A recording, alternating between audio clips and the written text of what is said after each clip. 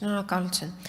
Տիկին նախարար, դուք այստեղ հայտարարեցիք երկրի թիվ 1 ամբիոնից, որ ներկայացնում եք երկրի կարևորագույն ռեֆորմներից մեկը։ Բայց հետո ձեր խոսքում սկսում եք արդեն ինքնդ ձեզ հակասել, որ սա բոլորին չի վերաբերվում, սա համընդհանուր առողջապահական ապահովագրություն է, բայց համընդհանուր չի, որովհետև հենց նոր դուք ասեցիք, ներառում է բոլորուն, բայց անհատի բոլոր հարցերը չի կարգավորում։ Ուրեմն եկեք ասեք, որ սա ապահովագրություն է մի խումբ մարդկանց, եւ այդ մի խումբ մարդկանց հստակ թիվ հրապարակեք, որ կոնկրետ այս թվով մարդկանց վերաբերելի նախագիծ է։ Եվ անունը մի դրեք համընդհանուր առողջապահության ապահովագրություն։ Սա ուղղակի ձեր վերջի դիտարկման հետ կապված։ Հիմա ես ուզում եմ ինձ բացատրեք, թե պետությունը, երբ որ պարտադրում է քաղաքացիներին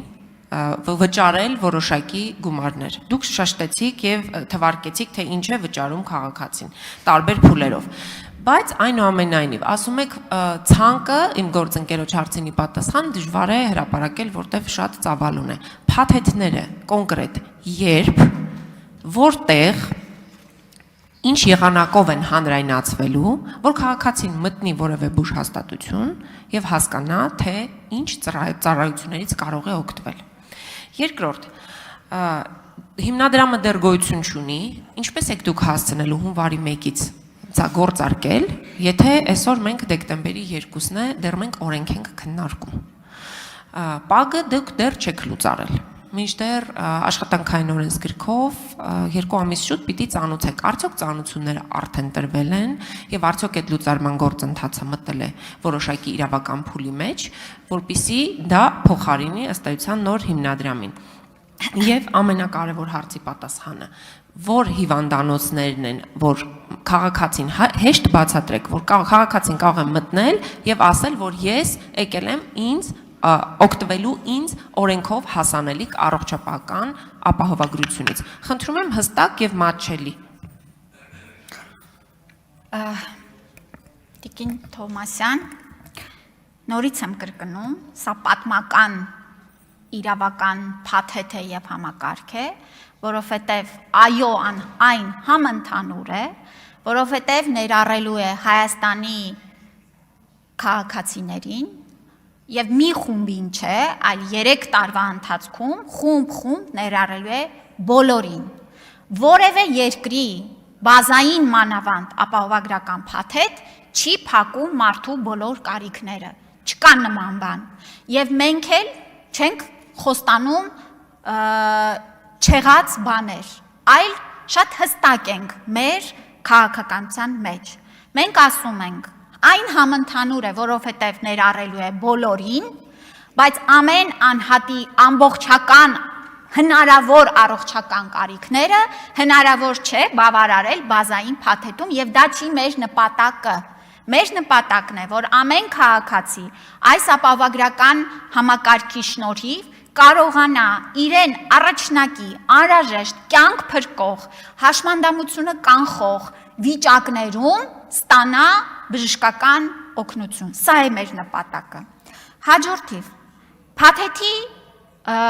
փաթեթը եւ դրան հարակից բազմաթիվ ենթաօրենսդրական ակտեր արդեն նախագծերի շրջանակներում պատրաստ են եւ հենց որ օրենքը ընդունվի կդրվեն կառավարության քննարկմանը եւ կընդունվեն։ Դրանից հետո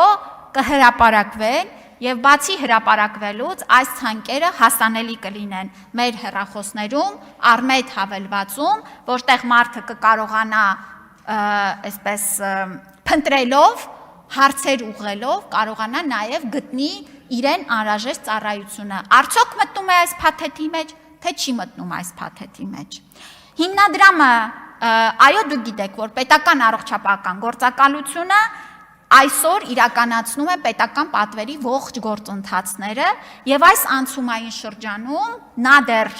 մինչև ծանուցումները դեռ մենք ժամանակ ունենք։ Կստեղծվի հիմնադրամը, դրանից հետո կտրվեն օրենքով սահմանված ժամկետներում ծանուցումները եւ այստեղ մարման կարգով կգնա արդեն երբ որ հիմնադրամը կսկսի ամբողջությամբ գործարկվել, աշխատակիցները, ովքեր որ մրցույթով կանցնեն նոր հիմնադրամում, կշարունակեն աշխատել այնտեղ։ Այո,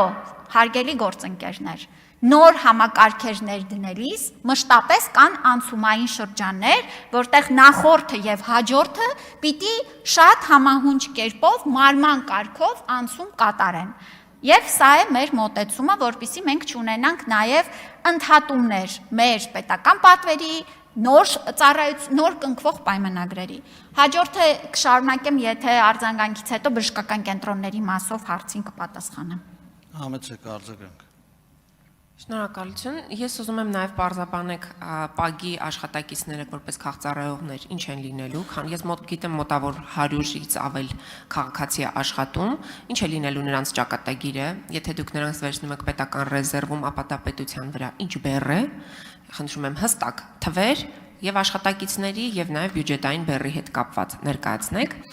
եւ տիկին նախարար ձեր խոսքից տպավորություն է ստեղծվում ասում եք մենք սա անում ենք կյանք փրկող որպես նախաձեռնություն բայց հիմա մենք ունենք կյանք փրկող բազմաթիվ ծրագրեր որի մասին դուք հաճախ ռիլերել եք անում հիմա դուք ձեզ հակասում եք այսինքն այն նախորդները ոչ մի կյանք չեն փրկել հիմա դուք նոր համակարգ եք ստեղծում որ նոր կյանքեր փրկեք բայց պետպատվերի համակարգը որ աշխատում էր հիմա խնդրում եմ հնչեցրեք տարեկան ինչքան պետպատվերի գումար էր նախատեսված մինչև այս պահը որ ամեն տարի պետությունը տվել է դրան ինչքան է գումարելու պետությունը որ առողջապահության համակարգը այս ապահովագրական ներդնելու է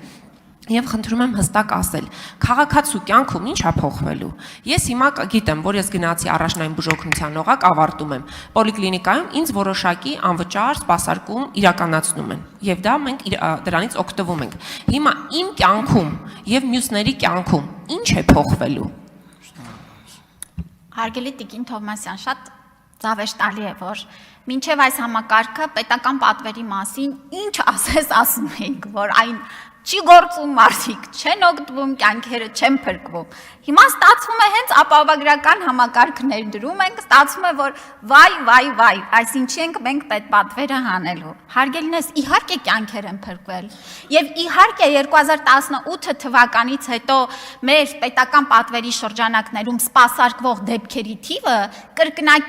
կրկնակից ավելով ավելացել է։ Իհարկե փրկվել են, որ մեր երկրում 2024 թվականին կյանքի միջին տևողությունը դարձել է 78.6 տարեկան։ Իհարկե փրկվում են։ Իհարկե պետպատվերը մենք երբեք չենք նստել սպասել, որ ապահովագրական համակարգը ներդրվի եւ այդ ժամանակ սկսենք հնարավորությունների շրջանակում մեր ժողովրդի կարիքները հոգալ։ Այո, մենք հոգացել ենք, բայց այսօր 400,000 հոգի 65+ անձինք չեն օգտվում պետական պատվերի ամբողջական ծառայություններից եւ ապահովագրության շրջանակում է, որ եւս կարողանալու են այս ծառայություններից եւ ավելի շատ ծառայություններից օգտվելու։